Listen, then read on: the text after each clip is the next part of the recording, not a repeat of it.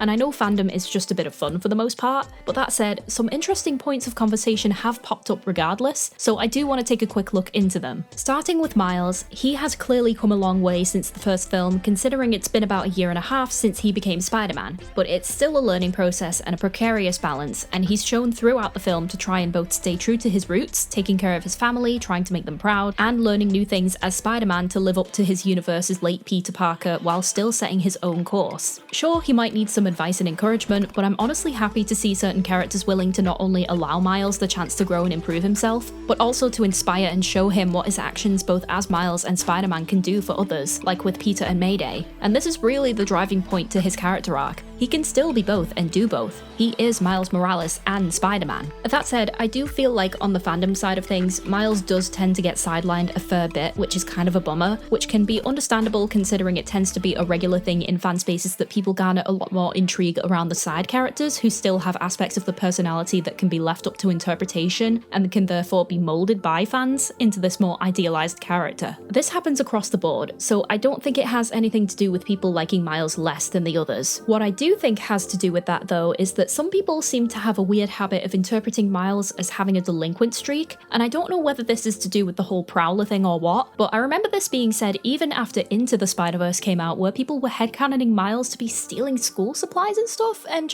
I really have to wonder where that idea came from. I have an idea, but I wonder if people could maybe spell it out for me. Maybe I'm missing it, I don't know. His dad's a cop and his mum works in the medical field in the States. They may not be loaded, but they're not poor enough for Miles to resort to stealing. We've seen in both films time and again that Miles has a really strong sense of integrity and drive to do the right thing, and it's kind of off-putting that people would have such thoughts about him like that. Miles is just trying his best, okay? Look at him. Anyway, next kid. Gwen had some major character focus and development in this film too, and I know a lot of people are very divided on a few things about her, so there are more than a couple of instances that allude to Gwen being an allegory for trans youth, and it's some of the most powerful imagery in the film. And the thing about that, she doesn't even have to be trans, because I think what her main arc in this film is being accepted and treated as equal to her family and peers, which is something that many queer people go through. She constantly has to prove that Spider-Woman is not the bad guy to her own dad. She has to constantly prove her competence to Miguel and Jessica, who are looming over her at every opportunity. She feels she can't just visit Miles because according to everyone else, it will complicate things and cause problems even though there are clear flaws to that logic as shown towards the end of the film. Hell, she even has to prove to the audience that she wasn't just being a bad friend and that she regrets leaving it so long to visit Miles after joining the Spider Society.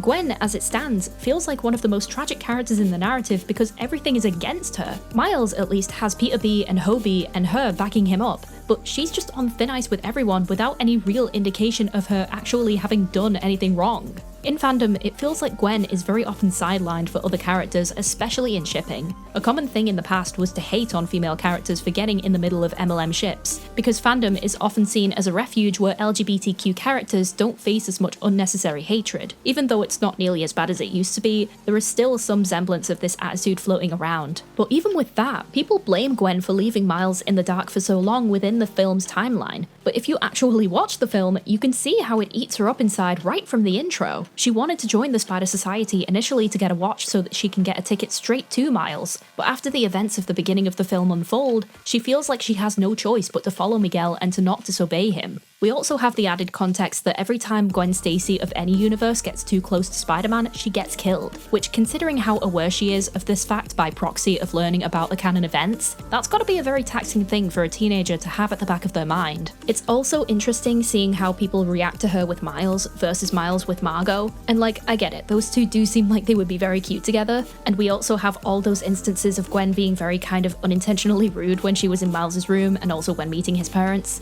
But I feel like, as far as Miles' arc of being his own person while still making his parents proud, combined with Gwen's arc of opening up and letting people in, that mishmash is kind of the point because it's to be expected. I don't know man, that's just how I see it anyway. Moving on, let's talk about everyone's favourite hobo Spider-Man and Miles' mentor, Peter B. And the first and best thing we learn about Peter in this film is that he became a dad! Thanks to Miles, he went back to his own universe with a renewed sense of self, made amends with MJ, and the two had a daughter called Mayday, who also happens to have her own official Spider-Man comic. I'm probably going to keep Peter's section a bit shorter than the other ones because he did have a bit less screen time, but it is honestly nice just seeing Peter being a bit less pessimistic and with this renewed sense of optimism, and oh my god, he is the sweetest dad. But to be honest, it also kind of bugged me that there was a bit of a double standard between how people reacted to him with Mayday versus Jessica Drew fighting crime while pregnant. Just thought that was interesting to point out. One other thing that seemed really dumb was that Dude Bros seemed pretty upset with Peter's portrayal in the film, saying that he had been emasculated and that they were enraged that the most prominent cis-white male in the film had been made into this pathetic dad character who just goes on and on about his kid and nothing important. I'm sorry, but are we looking at the same character? First of all, Peter happens to be the most experienced Spider-Man out of all of them, having 23 years of experience under his belt by this point in the timeline, which in a job like that is pretty unheard of since getting to grow old and having flourishing relationships is a luxury that not many Spider-Men get to have, and yet here he is, in his 30s with a living partner and daughter. Also, on that note, I've seen a fair bit of shipping between him and Miguel, which, you know, I get it, but at the same time, the dude's married, come on. There are hundreds of single Spider-Men to pair Miguel with, and you pick the one that's already whipped? Come on, get adventurous. Ship Miguel with Ben Reilly.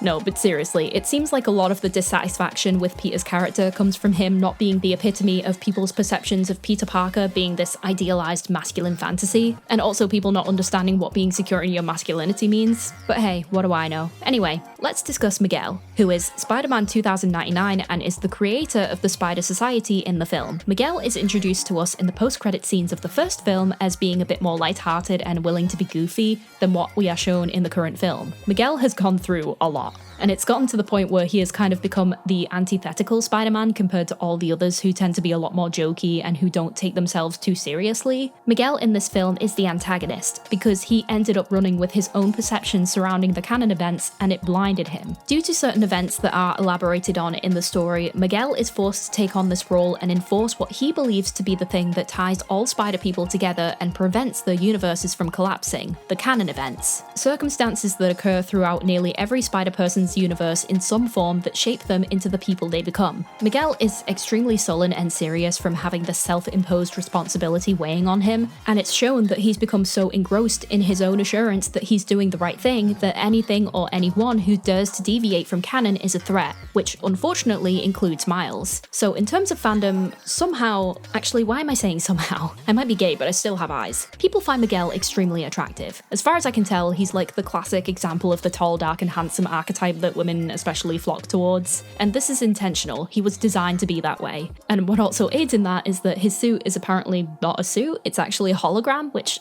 I don't really know how to feel about, it's not really my thing. But hey, I know many others are pretty happy about it. You do you. But therein is something that a few people have raised an interesting point about. Miguel is half Mexican and half Irish, and some have taken the fandom's intense focus exclusively on his attractiveness, particularly towards his Mexican side, as a form of sexualization towards Hispanic people. So this is something that has actually been documented even from the early years of cinema, back when Hollywood was still very new. Latin characters have often been treated as a symbol of this kind of exotic temptation, which effectively robs them of their own sense of bodily autonomy within media. This also happened with other races, ethnicities, and nationalities as well, who were all kind of boxed into their own stereotypes that we're still kind of battling even to this day. I don't particularly think that this is intentional when it comes to fandom, but it is something worth highlighting because historically in older films and such, I have seen it happen quite a lot. Of course, you're still allowed to find Miguel attractive, that's the point of his design, but it never hurts to be aware of the history behind specific portrayals of certain character archetypes. Next up, we have Pavitra,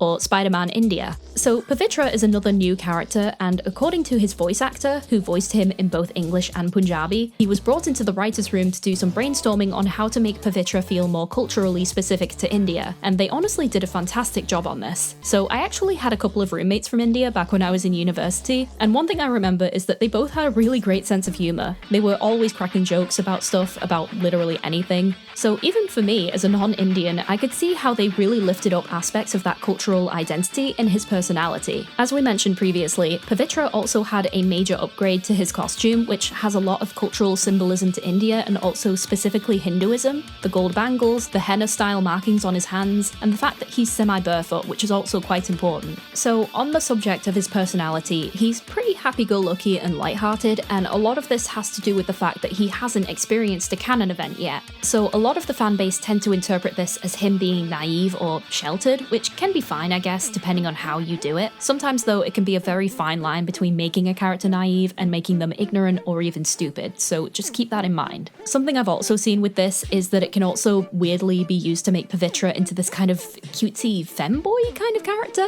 And the reason for this is that a lot of fans like to ship him with Hobie, which, you know, is fine to have ships, that's what fandom is for. But I don't know, sometimes people can run away with concepts and heavily disregard canon to the point where they argue about said canon. I've seen people try to prove that Pavitra doesn't actually like his girlfriend Gayatri in the film, and it's like, really?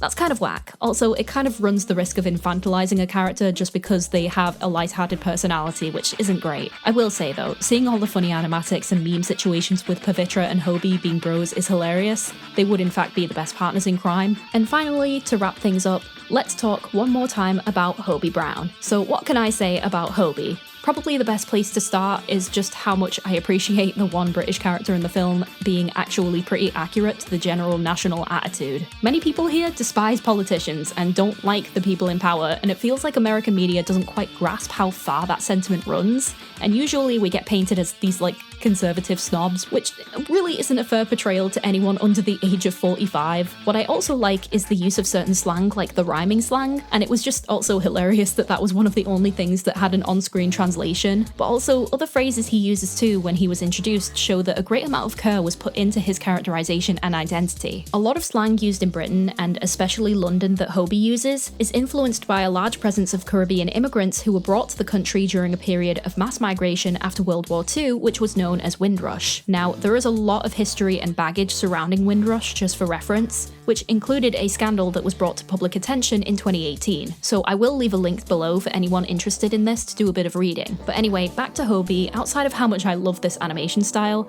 his general design is also really distinct and shows you just what kind of person he is. Something I love is that his facial features make it seem like he's wearing cosmetics like eyeliner and lipstick. He's a punk, so it makes sense since punks are pretty gender nonconformist anyway. He's also shown to have a really straight and narrow moral code despite having that fuck the system quality to him. He acts like a big brother type character to Miles, Gwen, and Pavitra. And not gonna lie, I hate that they tried to spin that there was some kind of love triangle going on with Gwen and Miles, but I'm also kind of happy that they showed that wasn't true. He was just an overall nice dude who understood that Miguel had it wrong and wanted to help people. With that said, on the fandom side of things, just as far as Hobie's moral code goes, here's a piece of advice for any fan artists out there. I have seen a few people giving Hobie coloured shoelaces, but for the love of God, do not give him white or red laces. If you're doing fan art, please research the punk shoelace code. Different colours mean different things, and some of them unfortunately have some pretty negative connotations and historical roots. If you're unsure, just go with blue, because that one's actually true to what happened within his comic. One other major thing that resulted in fandom discourse is that there was so much debate surrounding Hobie's age. Even the writers didn't seem sold on how old he actually is. In the film, Hobie has reportedly been operating as Spider-Man for 3 years, and since a lot of the younger Spider people tend to become such from around ages 14 to 16, I like to think he's somewhere in the realm of 17, 18, but this really got people heated when it was still suspected that there was going to be a love triangle going on, since both Gwen and Miles are minors. And honestly, I don't really know with this, I just don't know. I kind of wish they'd given us some kind of indication of an age, just to quiet people down. Speaking of shipping, going back to him with Pavitra, there's a weird fixation with people viewing Pavitra as the one who is very serious about his looks, whereas Hobie doesn't do much at all. And this is not only proven in canon by Pavitra himself, don't use any product at all. Just coconut oil, prayers, some genetics. But with textured hair, and especially when you have as much as Hobie does, it kind of needs a certain amount of upkeep.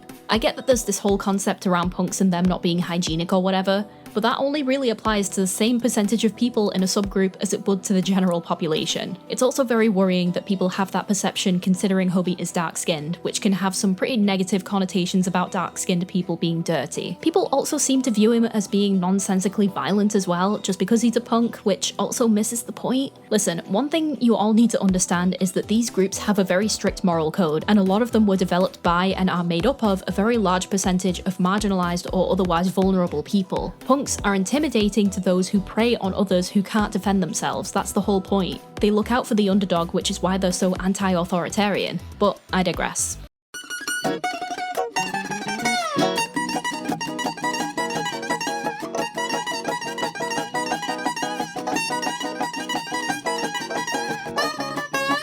Overall, fandom can be a very fantastic tool and a very comforting space for those who want it to be. But just like anywhere else, it has its problems that people need to be vigilant about, and I just thought it was worth pointing out some of the ways we can do that involving this one. Anyway, let's keep it moving. I think I'm almost done, I think. Part 3. Beyond the prospects.